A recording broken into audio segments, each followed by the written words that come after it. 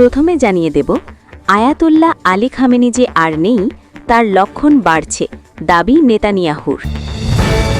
এরপর জানিয়ে দেব খামেনি নিহত হয়েছেন, ট্রুথ সোশ্যালে নিশ্চিত করলেন ট্রাম্প। তারপর জানিয়ে দেব যুক্তরাষ্ট্র ও ইসরায়েল কেন ইরানে হামলা করল। সর্বশেষ জানিয়ে দেব যেসব দেশে যুক্তরাষ্ট্রের ঘাঁটি লক্ষ্য করে ক্ষেপণাস্ত্র হামলা চালাল ইরান। দর্শক, এতক্ষণ শুনলেন সংবাদ শিরোনাম। এখন শুনবেন বিস্তারিত। তবে বিস্তারিত শোনার আগে এই ভিডিওটি কোথা থেকে দেখছেন তা অবশ্যই কমেন্টে জানান এবং নতুন খবর সবার আগে পেতে চ্যানেলটিকে সাবস্ক্রাইব করুন। তাহলে চলুন শুরু করা যাক। যুক্তরাষ্ট্র ও ইসরায়েলের হামলার পর ইরানের সর্বোচ্চ নেতা আয়াতুল্লাহ আলী খামেনি যে আর নেই তার লক্ষণ ক্রমশ বাড়ছে বলে দাবি করেছেন ইসরায়েলের প্রধানমন্ত্রী বেঞ্জামিন নেতানিয়াহু। তার এই বক্তব্যের পর অসমর্থিত বিভিন্ন প্রতিবেদনে বলা হয়েছে যে যুক্তরাষ্ট্র ও ইসরায়েলের হামলায় মিস্টার খামেনি নিহত হয়েছেন। একজন ঊর্ধ্বতন ইসরায়েলি কর্মকর্তার বরাত দিয়ে বার্তা সংস্থা রয়টার্স জানিয়েছে আয়াতুল্লাহ আলী খামেনির মৃতদেহ খুঁজে পাওয়া গেছে। একটি সূত্রের বরাত দিয়ে সংবাদমাধ্যম অ্যাক্সিওস জানিয়েছে যুক্তরাষ্ট্রে নিযুক্ত ইসরায়েলের রাষ্ট্রদূত ইয়েচিয়েল লেইটার মার্কিন কর্মকর্তাদের জানিয়েছেন যে তেহরানের নিজ কম্পাউন্ডে চালানো হামলায় মিস্টার খামেনি নিহত হয়েছেন। এছাড়া নিউজ 12 এবং টাইমস অফ ইসরায়েল সহ একাধিক ইসরায়েলি সংবাদমাধ্যমও ইসরায়েলি কর্মকর্তাদের বরাত দিয়ে সর্বোচ্চ নেতার মৃত্যুর দাবি করেছে।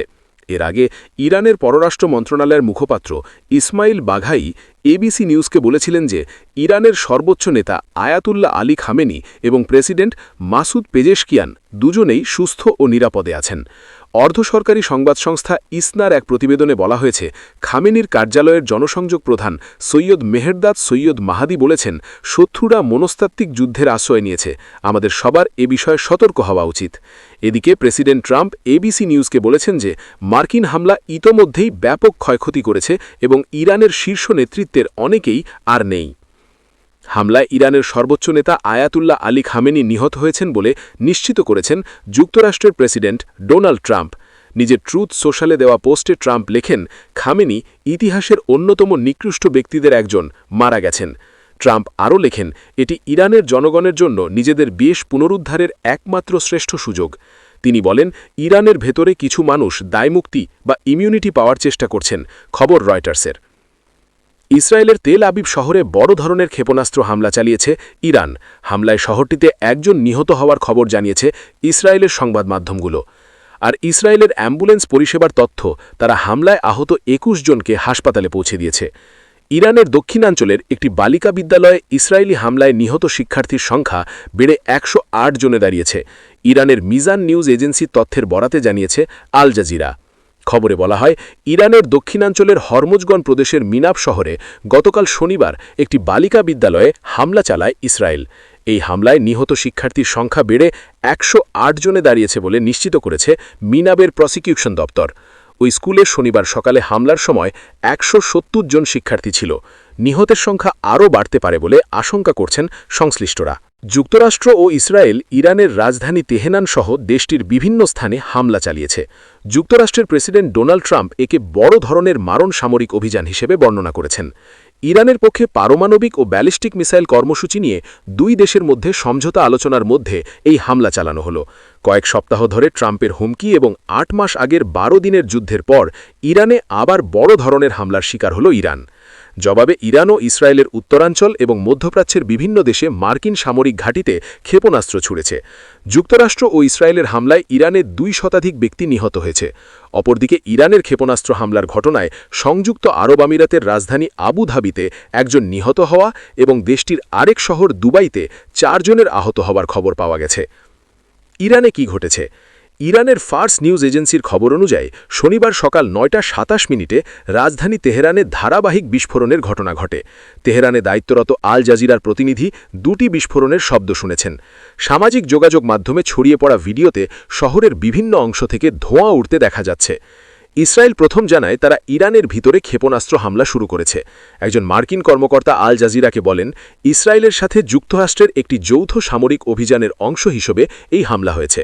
গত কয়েক সপ্তাহে এই অঞ্চলে বড় আকারে যুদ্ধবিমান ও যুদ্ধজাহাজ মোতায়েন করে ওয়াশিংটন। ইরাক যুদ্ধের পর মধ্যপ্রাচ্যে এটি যুক্তরাষ্ট্রের সবচেয়ে বড় সামরিক উপস্থিতি।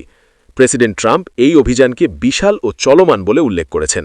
পরবর্তী সময় মার্কিন প্রতিরক্ষা দপ্তর জানিয়েছে এই যৌথ অভিযানের নাম দেওয়া হয়েছে অপারেশন এপিক ফিউরি। ফ্রান্সের প্রেসিডেন্ট এম্যানুয়েল মাক্রন সতর্ক করেছেন যে যুক্তরাষ্ট্র, ইসরায়েল ও ইরানের এই সংঘর্ষ আন্তর্জাতিক শান্তি ও নিরাপত্তার জন্য ভয়াবহ পরিণতি বয়ে আনবে। তিনি আরও বলেন, বর্তমান উত্তেজনা সবার জন্য বিপজ্জনক, এটি অবশ্যই বন্ধ করতে হবে। রাশিয়ার নিরাপত্তা পরিষদের ডেপুটি চেয়ারম্যান ও দেশটির প্রাক্তন রাষ্ট্রপতি ডিমিত্রি মেদভেদেভ ট্রাম্পের সমালোচনা করে বলেন, ওয়াশিংটন ইরানের সাথে চলা আলোচনাকে একটি ছদ্মবেশী অভিযান হিসেবে ব্যবহার করেছে। দীর্ঘমেয়াদে এই সংঘর্ষ কোন দিকে মোড় নিতে পারে তা নিয়েও তিনি প্রশ্ন করেছেন। যুক্তরাষ্ট্র বলেছে, ইরানকে কখনোই পারমাণবিক অস্ত্র তৈরি করতে দেওয়া যাবে না। কানাডার প্রধানমন্ত্রী মার্ক কার্নি বলেছেন, ইরান যেন পারমাণবিক অস্ত্র হাতে না পায় এবং আন্তর্জাতিক শান্তি ও নিরাপত্তার জন্য হুমকি হয়ে না দাঁড়ায় সেই বিষয়ে মার্কিন প্রচেষ্টাকে তার দেশ সমর্থন করে। যুক্তরাষ্ট্র ও ইসরায়েল ইরানের উপর বড় ধরনের যৌথ হামলা চালানোর পর প্রতিশোধ হিসেবে দেশটি উপসাগরীয় আরব রাষ্ট্রগুলিতে মার্কিন সামরিক বিভিন্ন স্থাপনাকে লক্ষ্য করে হামলা চালিয়েছে। এর ফলে পুরো অঞ্চলে দীর্ঘস্থায়ী যুদ্ধ ছড়িয়ে পড়ার ঝুঁকি তৈরি হয়েছে। ফার্স সংবাদ সংস্থার প্রতিবেদন অনুযায়ী শনিবার ইরান সরকার নিশ্চিত করেছে যে তারা কয়েকটি লক্ষ্যবস্তুতে হামলা চালিয়েছে। এর মধ্যে রয়েছে বাহরাইন, কুয়েট, কাতার ও সংযুক্ত আরব আমিরাত, যে দেশগুলিতে মার্কিন সামরিক স্থাপনা রয়েছে। ইরানের ইসলামী বিপ্লবী রক্ষী বাহিনী IRGC দাবি করেছে, মধ্যপ্রাচ্যে ইসরায়েল ও মার্কিন সামরিক লক্ষ্যবস্তু ইরানের ক্ষেপণাস্ত্রের শক্তিশালী হামলার মুখে পড়েছে। IRGC বলেছে, তারা এই অভিযান শত্রুকে স্থায়ীভাবে পরাজিত না করা পর্যন্ত বিরামহীনভাবে চালিয়ে যাবে। মধ্যপ্রাচ্যের ব্যাপী যুক্তরাষ্ট্রের সমস্ত স্থাপনা ও স্বার্থকে ইরানের সেনাবাহিনীর জন্য বৈধ লক্ষ্যবস্তু হিসেবে গণ্য করা হবে। ইরানের উপপররাষ্ট্রমন্ত্রী হামিদ গানবারি আল জাজিরাকে বলেছেন, ইরান নিজেকে রক্ষা করার অধিকার রাখে এবং চলমান সামরিক উত্তেজনার কারণে কোনো ধরনের মানবিক ক্ষতির জন্য দুঃখ প্রকাশ করেছে। ইরানের ছড়া বেশ কয়েকটি ক্ষেপণাস্ত্র ভূপৃষ্ঠ পাতিত করার পর আবুধাবিতে অন্তত একজন নিহত হওয়ার খবর জানিয়েছে সংযুক্ত আরব আমিরাতের সংবাদ মাধ্যম। সিরিয়ার রাষ্ট্রীয় গণমাধ্যম জানিয়েছে, সুয়াইদার একটি শিল্প এলাকায় একটি ক্ষেপণাস্ত্র বিস্ফোরণে 4 জন নিহত হয়েছেন এবং বহু ব্যক্তি আহত হয়েছেন, যদিও প্রতিবেদনে ক্ষেপণাস্ত্রের উৎস উল্লেখ করা হয়নি। আল জাজিরার দোহা নিউজ প্রতিনিধি বলেছেন, উপসাগরীয় সহযোগিতা পরিষদের সদস্য দেশগুলির মধ্যে শুধুমাত্র ওমানেই এখনও পর্যন্ত ইরান কোনো হামলা চালায়নি। ওমান বছরের পর বছর ধরে ইরান ও এই অঞ্চলের অন্য দেশের মধ্যে মধ্যস্থতাকারীর ভূমিকা পালন করে আসছে। দেশটি সম্প্রতি ওমানে এবং জেনেভাতে ইরান ও যুক্তরাষ্ট্রের মধ্যে পরোক্ষ আলোচনার কেন্দ্রীয় ভূমিকা রেখেছে। GCC আরব উপদ্বীপের 6 দেশের জোট। দেশগুলি হল বাহরাইন, কুয়েত, ওমান, কাতার, সৌদি আরব ও সংযুক্ত আরব আমিরাত। GCC 1981 সালে আর্থিক, সামরিক, সাংস্কৃতিক ও সামাজিক সহযোগিতা বাড়ানোর জন্য প্রতিষ্ঠিত হয়।